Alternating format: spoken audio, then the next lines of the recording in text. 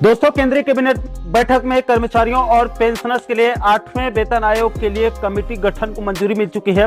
लेकिन इसी के साथ क्या 8वें वेतन आयोग को केंद्र सरकार वोट बैंक के लिए तो इस्तेमाल नहीं कर रही है? इन सभी पहलुओं के बारे में हम इस वीडियो के अंदर विस्तार पूर्वक समझने वाले हैं। इसलिए दोस्तों, कर्मचारी और पेंशनर जगत से जुड़ी इस महत्वपूर्ण मुद्दे को बारीकी से समझने के लिए आप इस वीडियो को अंत तक जरूर देखिए। नमस्कार दोस्तों, मैं हूं आपका दोस्त लोकेश साहू और आप देख रहे हैं लोकेश साहू यूट्यूब चैनल। आप सभी दर्शकों का हमारे इस यूट्यूब परिवार में बहुत बहुत स्वागत है। दोस्तों, क्या है पूरा मामला, मैं आपको एक एक करके स्टेप बाय स्टेप समझाने का प्रयास करूंगा ताकि 8वें वेतन आयोग के पूरे गणित को आपको समझने में आसानी हो सके। दोस्तों, सबसे पहले आपकी जानकारी के लिए बता दूं कि देश के केंद्रीय कर्मचारियों पेंशनर्स के वेतन और पेंशन में समय के साथ साथ वृद्धि करने के लिए हर 10 साल में केंद्र सरकार के द्वारा एक नया वेतन आयोग को लागू किया जाता है, जिसको फॉलो करते हुए फिर राज्य सरकारें अपने अपने राज्य के कर्मचारियों और पेंशनर्स के लिए नए वेतन आयोग को लागू करती हैं। दोस्तों, आपकी जानकारी के लिए बता दूं कि आजादी के बाद अब तक देश में 7 वेतन आयोग लागू हो चुके हैं। पहली वेतन आयोग 1946-47 में लागू हुई थी। इसके बाद दूसरा वेतन आयोग 1957 को लागू हुई थी। इसके बाद तीसरा वेतन आयोग 1973 को लागू हुई थी। फिर चौथा वेतन आयोग 1986 को लागू हुई थी। इसके बाद 5वां वेतन आयोग 1996 को लागू हुई थी। फिर 6वां वेतन आयोग 2006 में लागू हुई थी। इसके बाद 7वां वेतन आयोग 2016 को लागू हुई थी, जो कि अभी वर्तमान में प्रभावी है, जिसकी वैधता 31 दिसंबर 2025 तक रहेगी। उसके बाद देश में 1 जनवरी 2026 से 8वें वेतन आयोग लागू होना है। लेकिन केंद्र सरकार इसको वोट बैंक बनाने के मूड में दिख रही है। इसको आपको आगे और विस्तार पूर्वक बताऊंगा। दोस्तों, यहाँ पर आपकी जानकारी के लिए यह भी बता दूं कि नए वेतन आयोग को लागू करने से पहले केंद्र सरकार को एक कमेटी गठित करनी होती है, जिसमें वेतन आयोग गठन कमेटी में एक अध्यक्ष होता है, 2 सदस्य और 1 से 2 सदस्य सचिव भी होते हैं, जो कि 18 महीने के अंदर अंदर केंद्र सरकार को अपनी सिफारिशें देते हैं। उस सिफारिश के आधार पर फिर केंद्र सरकार नए वेतन आयोग को अपनी मंजूरी देती है। दोस्तों, कायदे से देखा जाए तो चूंकि 8वें वेतन आयोग 1 जनवरी 2026 से लागू होनी है, इसलिए अभी तक कमेटी गठित करके फाइनल रिपोर्ट सरकार को सबमिट कर देनी चाहिए थी। लेकिन ऐसा नहीं किया गया है, क्योंकि इस बार सरकार 8वें वेतन आयोग को लंबा खींचने के मूड में दिख रही है। इसके बाद दोस्तों, आपकी जानकारी के लिए यह भी बता दूं कि अभी 8वें वेतन आयोग की लेटेस्ट अपडेट क्या है। 8वें वेतन आयोग को लेकर केंद्र सरकार ने क्या क्या कदम उठाए हैं, तो देखिए दोस्तों, केंद्र सरकार ने सबसे पहले जनवरी 2025 में 8वें वेतन आयोग गठन की घोषणा की थी। इसके 10 महीने के बाद कल 28 अक्टूबर 2025 को केंद्रीय कैबिनेट बैठक में केंद्र सरकार ने 8वें वेतन आयोग कमेटी गठन को अपनी मंजूरी दे दी है, जो कि अपनी रिपोर्ट 18 महीने में केंद्र सरकार को सौंपेगी, जिसके आधार पर केंद्र सरकार 8वें वेतन आयोग को देश में लागू करेगी। दोस्तों, 8वें वेतन आयोग कमेटी गठन को लेकर जो कल कैबिनेट बैठक में निर्णय लिया गया है, उसके संबंध में एक प्रेस नोट जारी किया गया है, जिसको आप लोगों को थोड़ा सा विस्तार पूर्वक बताना जरूरी है। दोस्तों, इस प्रेस नोट में कहा गया है कि प्रधानमंत्री श्री नरेंद्र मोदी जी की अध्यक्षता में केंद्रीय मंत्रिमंडल ने यानी केंद्रीय कैबिनेट बैठक ने आज 8वें वेतन आयोग के विचारार्थ विषयों को स्वीकृति दे दी है।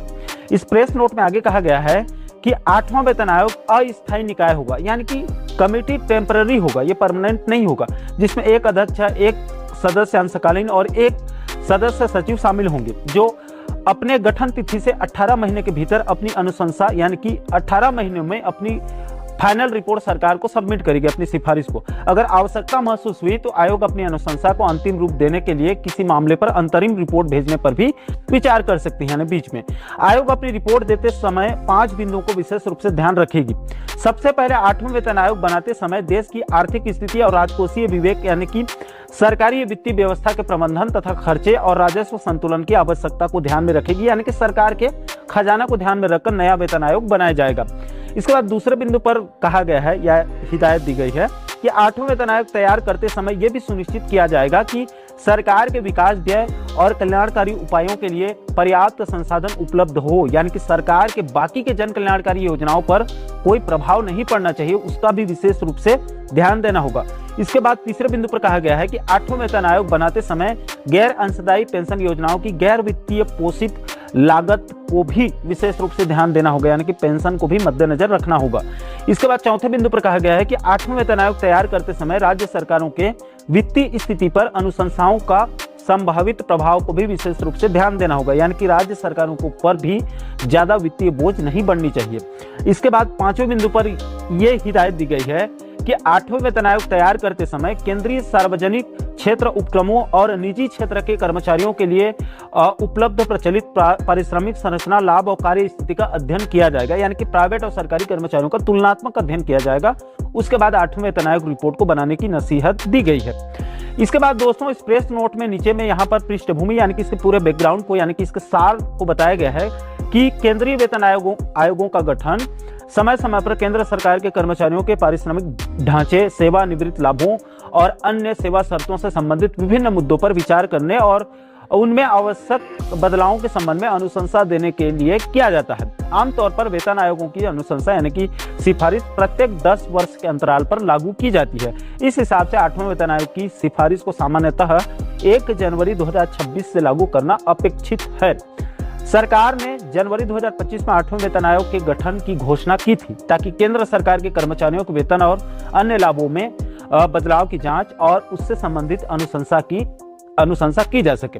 अब दोस्तों यहाँ पर बहुत से कर्मचारियों और पेंशनर्स का सवाल है कि आखिर 8वें वेतन आयोग लागू होने के बाद कर्मचारियों और पेंशनर्स के वेतन और पेंशन में कितना % तक वृद्धि होगा। तो देखिए दोस्तों, इसको अभी से बता पाना बहुत मुश्किल है, क्योंकि फिटमेंट फैक्टर कितना % बढ़ाया जाएगा उसके आधार पर ही वेतन और पेंशन में वृद्धि होगी। लेकिन इतना जरूर दावे के साथ कहा जा सकता है कि जिन कर्मचारियों और पेंशनर्स का वेतन और पेंशन ज्यादा होगा उनका 8वें वेतन आयोग लागू होने के बाद उसी अनुपात में ज्यादा वृद्धि होगी।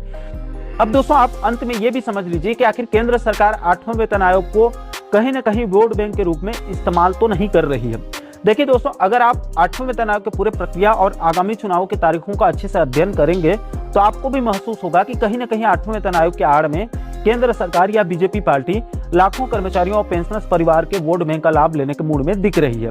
दोस्तों 7वें वेतन आयोग की वैधता 31 दिसंबर 2025 तक है। उसके बाद 1 जनवरी 2026 से 8वें वेतन आयोग लागू होना है। ऐसे में कायदे से देखा जाए तो 2024-25 में अब तक 8वें वेतन आयोग कमेटी गठित करके फाइनल रिपोर्ट को मंगा लेना चाहिए था और आगामी नवंबर-दिसंबर में यानी नवंबर-दिसंबर 2025 में 8वें वेतन आयोग को अंतिम स्वरूप देकर 1 जनवरी 2026 से लागू कर देना चाहिए था, लेकिन ऐसा नहीं किया गया है। अभी अक्टूबर 2025 में 8वें वेतन आयोग कमेटी गठन को मंजूरी दी गई है, जो कि अपना फाइनल रिपोर्ट 18 महीने में देगी, यानी कि अप्रैल 2027 तक फाइनल रिपोर्ट आएगा। उसके अगले 6 महीने तक सरकार अवलोकन करेगी, तब तक 2028 आ जाएगा। यानी कि आप मानकर चलिए कि 2029 लोकसभा चुनाव के पहले देश में 8वें वेतन आयोग लागू हो सकता है। अब दोस्तों आप लोगों को यह भी जानना जरूरी है कि आखिर अभी 2025 से 2029-30 तक किन किन राज्यों में विधानसभा चुनाव होने वाले हैं। तो देखिए दोस्तों, जनवरी-फरवरी 2025 में दिल्ली विधानसभा चुनाव हुए, उसी को देखते हुए केंद्र सरकार ने 8वें वेतन आयोग का लालच दिया, जिसका फायदा बीजेपी को दिल्ली विधानसभा चुनाव में मिला है। इसके बाद अभी 6 नवंबर और 11 नवंबर 2025 को बिहार में विधानसभा चुनाव होने वाले हैं, जिसको देखते हुए कल 28 अक्टूबर को केंद्रीय कैबिनेट बैठक में 8वें वेतन आयोग कमेटी को मंजूरी मिली है। इसके बाद अगले साल 2026 में असम, केरल, तमिलनाडु, पश्चिम बंगाल और पुडुचेरी, इन 5 राज्यों में विधानसभा चुनाव होने वाले हैं। इसमें भी बीजेपी 8वें वेतन आयोग के नाम पर वोट बटोरेगी। इसके बाद सन 2027 में गोवा, मणिपुर, पंजाब, उत्तराखंड, उत्तर प्रदेश, गुजरात और हिमाचल प्रदेश, इन 7 राज्यों में 2027 में विधानसभा चुनाव होने वाले हैं। इन राज्यों में भी बीजेपी और उनके सहयोगी दलों को चुनाव में फायदा होगा। इसके बाद सन 2028 में मध्य प्रदेश, तेलंगाना, मेघालय, नागालैंड, त्रिपुरा, छत्तीसगढ़, कर्नाटक, मिजोरम और राजस्थान, इन 9 राज्यों में विधानसभा चुनाव होने वाले हैं। इन राज्यों के विधानसभा चुनाव में भी बीजेपी 8वें वेतन आयोग के नाम पर वोट बटोरने का काम करेगी। इसके बाद सन 2029 में तो खुद लोकसभा चुनाव होंगे और इसी 2029 में ही 1-2 महीने के आगे पीछे में आंध्र प्रदेश, अरुणाचल प्रदेश, उड़ीसा, सिक्किम, जम्मू कश्मीर, हरियाणा, झारखंड, महाराष्ट्र के विधानसभा चुनाव भी होने वाले हैं। इन चुनावों में भी बीजेपी और उनके सहयोगी पार्टी खुलकर 8वें वेतन आयोग के नाम पर वोट मांग सकते हैं।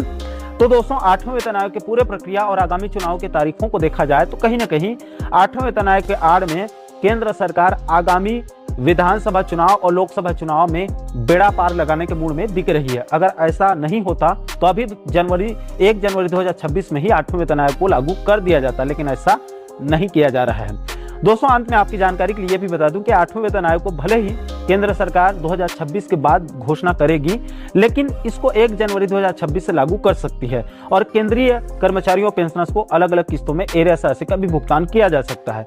हालांकि दोस्तों राज्य सरकारें अपने अपने राज्य के कर्मचारियों पेंशनर्स को 8वें वेतन आयोग के एरियर्स राशि देंगे या फिर नहीं, इसको अभी से दावे के साथ कहना जल्दबाजी होगी, क्योंकि कई राज्य सरकारें कर्मचारियों पेंशनर्स को डीए-डीआर के एरियर्स राशि को नहीं दे पा रही हैं, उनसे 8वें वेतन आयोग के एरियर्स राशि की उम्मीद करना भी तो मूर्खता होगी। तो दोस्तों आशा करता हूं कि आप इस वीडियो के माध्यम से 8वें वेतन आयोग के पूरे गणित को बिल्कुल आप सरल शब्दों में अच्छे समझ गए होंगे। दोस्तों इस महत्वपूर्ण मुद्दे को लेकर आप लोगों की क्या राय है? क्या आप मेरे बातों से सहमत हैं या फिर नहीं? और आपके हिसाब से केंद्र और राज्य सरकारें कब तक 8वें वेतन आयोग को लागू कर सकते हैं? इस महत्वपूर्ण मुद्दे को लेकर आप लोगों की क्या राय है? नीचे आप लोग कमेंट बॉक्स में अपनी अपनी प्रतिक्रिया जो है वो जरूर शेयर कीजिए। और दोस्तों आप लोगों को कर्मचारियों और पेंशनर जगत से जुड़े मुद्दों पर कोई वीडियो बनवाना है या फिर कोई जानकारी चाहिए तो इस वीडियो के नीचे डिस्क्रिप्शन बॉक्स में हमारा व्हाट्सएप नंबर ऐड है, आप इस नंबर पर हमें संपर्क कर सकते हैं। और दोस्तों आप आगे भी छत्तीसगढ़ और मध्य प्रदेश के साथ साथ केंद्रीय कर्मचारियों पेंशन जगत से जुड़ी इस प्रकार के महत्वपूर्ण मुद्दों पर आप आगे वीडियो देखना चाहते हैं तो आप हमारे चैनल को जरूर सब्सक्राइब कर लीजिएगा ताकि आने वाले सभी नए वीडियो का नोटिफिकेशन जो है वो आप लोगों तक तुरंत पहुंच सके। दोस्तों इस वीडियो में फिलहाल अभी के लिए इतना ही। इस वीडियो को अंत तक देखने के लिए आप सभी दर्शकों का बहुत बहुत धन्यवाद।